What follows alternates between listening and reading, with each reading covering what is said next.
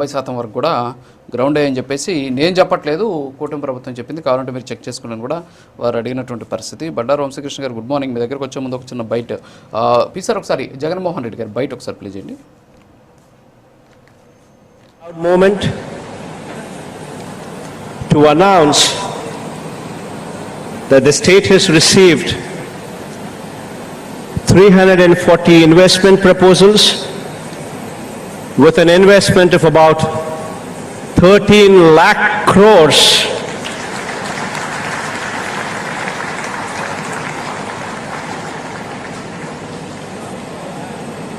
providing employment to almost 6 lakh people across 20 sectors distributed all along the state.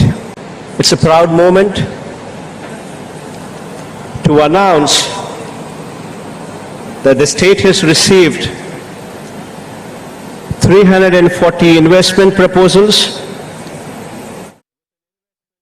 Bandaru Vamsikrishna గారు, ఇప్పుడు మన జగన్మోహన్ రెడ్డి గారు 2023లో జరిగినటువంటి గ్లోబల్ ఇన్వెస్ట్మెంట్ సమిట్లో జరిగినటువంటి దాంట్లో 340 ఒప్పందాలు జరిగాయి. 13 లక్షల కోట్లు ఆంధ్రప్రదేశ్ ఆకర్షించింది. 6 లక్షల మందికి ఉద్యోగాలు వస్తున్నాయి అని చెప్పేసి ఆయన చెప్పారు. ఇదే విషయాన్ని మీ కూటమి ప్రభుత్వం కూడా అంగీకరించింది అని సురేష్ గారు చెప్పారు. బహుశా వారు కాసేపట్లో చూపిస్తారనుకుంటా. సరే, నా దగ్గర ఉండే డాక్యుమెంట్ కూడా ఒకసారి చూపిస్తా. ప్లీజ్ సార్ ఒకసారి ఆ ఎఫ్డిఐ రిపోర్ట్ ఒకసారి చూపించండి. ఇది వచ్చేసి ఫారెస్ట్ డైరెక్ట్ ఇన్వెస్ట్మెంట్స్కి సంబంధించినటువంటి డాక్యుమెంటు. ఇది లోక్సభలో అడిగినటువంటి ప్రశ్న.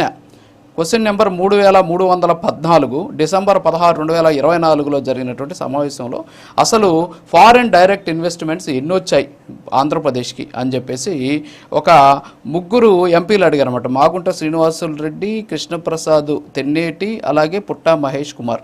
వీళ్ళు అడిగినటువంటి ప్రశ్నకు వచ్చినటువంటి సమాధానం, ఆంధ్రప్రదేశ్ నేరుగా ఫారెన్ ఇన్వెస్ట్మెంట్కి సంబంధించి state wise FDI equity inflow in India 2019 October నుంచి 2024 సెప్టెంబర్ వరకు వచ్చిందని చూపించారు.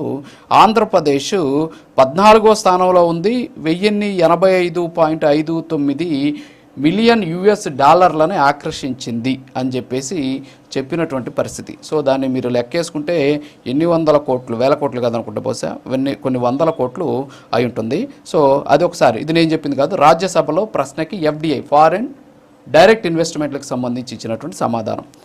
పీసీఆర్ ఇంకొకసారి ఆ జగన్ ఇన్వెస్ట్మెంట్స్కి సంబంధించిన ఒకసారి డాక్యుమెంట్స్ ప్లే చేయండి.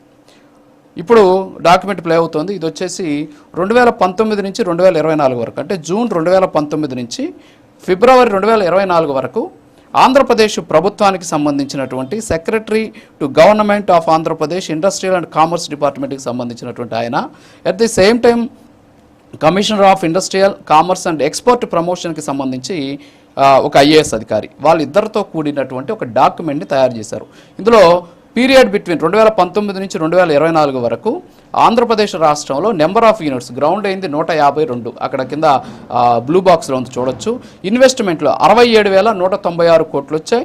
ఎంప్లాయ్మెంట్ 84,607 మందికి వచ్చింది. అలాగే ఎంఎస్ఎంఈస్కి సంబంధించి 4,19,882 ఎంఎస్ఎంఈ యూనిట్స్ వచ్చాయి. ఇన్వెస్ట్మెంటు 30,785. అంటే ఓవరాల్గా చూస్తే ఒక 97,000 కోట్ల రూపాయలు ఈ 5 ఏళ్ల కాలంలో వచ్చింది అని చెప్పేసి ఇది నేను చెప్పట్లేదు.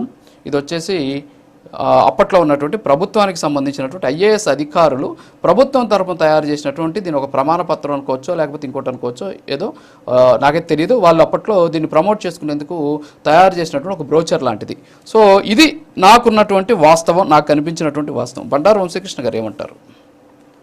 గుడ్ మార్నింగ్ రాజు గారు, మీకు ప్యానెల్లో ఉన్న మిత్రులకు, ప్రైమ్ 9 వీక్షకులందరికీ. సార్, ఆంధ్రప్రదేశ్ రాష్ట్రానికి పెట్టుబడులు తెచ్చే దిశగా చంద్రబాబు నాయుడు గారు ఆయన టీం ఈరోజు దావోస్లో పర్యటిస్తూ ఉన్నారు. చలి అని చెప్పి ఎక్కడ వారు ఆగలేదు, పర్యటిస్తూ ఉన్నారు.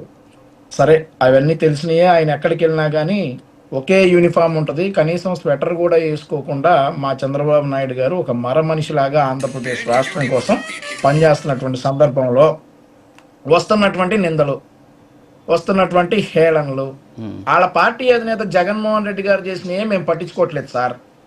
ఇంక ఈ డిబేట్లో కూర్చుని సురేష్ గారు చేసేటటువంటి వ్యాఖ్యలు మేమేం పట్టించుకుంటాం? మా అంతిమ లక్ష్యం ఆంధ్రప్రదేశ్ రాష్ట్ర అభివృద్ధి, ఆంధ్రప్రదేశ్ రాష్ట్రానికి పెట్టుబడులు రావడమే. అది జగన్మోహన్ రెడ్డి గారు తెచ్చినా కూడా మేము స్వాగతిస్తాం. అయితే సురేష్ గారు అంటే ఏంటంటే ఎన్ని లక్షల కోట్ల పెట్టుబడులు కూటమి ప్రభుత్వం అంగీకరించిందా? లైఫ్ టైం ఆఫర్ సురేష్ గారు, మీకు మీరు తెచ్చినవి మేము అంగీకరించాం 1,00,000 కోట్లు అని మీరు ఎక్కడన్నా నిరూపిస్తే మీకు లైఫ్ టైం ఆఫర్. ఆ తర్వాత వాస్తవానికి వస్తే వీళ్ళు తెచ్చినటువంటి పెట్టుబడుల సంఖ్య 7,371 కోట్ల రూపాయలు. వీళ్ళ 5 సంవత్సరాల్లో 7,371 కోట్ల రూపాయల పెట్టుబడులు, 9,000 ఉద్యోగాలు. 9,000, మార్క్ మై వర్డ్స్, 9,000 ఉద్యోగాలు మాత్రమే వీళ్ళు తెచ్చినటువంటి పెట్టుబడులు. సో సురేష్ గారు చెప్పటం లక్షల కోట్ల పెట్టుబడులు, లక్షల ఉద్యోగాలు అని చెప్తారు.